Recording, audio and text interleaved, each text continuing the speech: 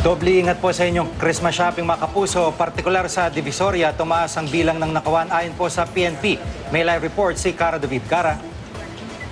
Yes, Jiggy, dahil tumaas nga ang bilang ng nakawan sa Divisoria nitong mga nakalipas na araw, nagdagdag ang Philippine National Police ng mga tauhan nila sa Divisoria. Mahigit 50 pulis ang nakakalat sa iba't ibang kalye ng Divisoria kada shift. Kada kanto meron ng bantay. Halos araw-araw daw kasi ay may nahuhuli silang snatcher o pickpocket simula nang pumasok ang Disyembre. Hindi pa nga raw gaanong marami ang mga bumibili ngayon sa Divisoria at inaasahan nila na ang volume ng mga tao ay sa Sabado at Linggo pa. Ayon sa PNP, wala raw dapat ikabahala ang mga tao dahil masikip ang mga iskinita ng Divisoria. Kadalasan hindi naman gaanong nakakalayo yung mga tumatakas na snatcher at madali silang nahahabol ng mga pulis. Ang payo ng PNP sa lahat ng mga magtutungo sa Divisoria, huwag nang magdala ng mga mamahaling gadget kung kayo ay pupunta dito. Huwag magsuot ng mamahaling alahas at maging alisto sa inyong wallet at kagamitan. Yan muna ang latest mula sa Divisoria. Balik sa iyo, At sa ngayon, Cara, ay paano ba? Dinagdagan ba nila yung mga tauhan ng PNP, lalo pat ngayon na napag-alaman na nila na tumataas nga yung bilang ng nakawan sa area?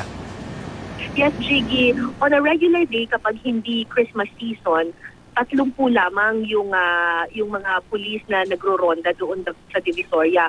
Pero humingi na sila ng augmentation at na 20 pang mga PNP. So, at any given time, merong 50 PNP personnel na naglalakad, nagro-ronda doon sa Divisoria.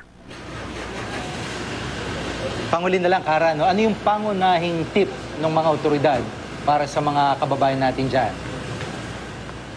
Ang pangunahing tip nila, yun nga wag nang magdala ng mga mamahaling gadget kasi yan yung pinakamadaling nakukuha yung mga cellphone na mga mamahalin. Tapos, sinasabi rin nila kapag pipili ng bag, huwag na yung backpack kasi nga hindi mo namamalayan na nananakaw na pala yung iyong pera.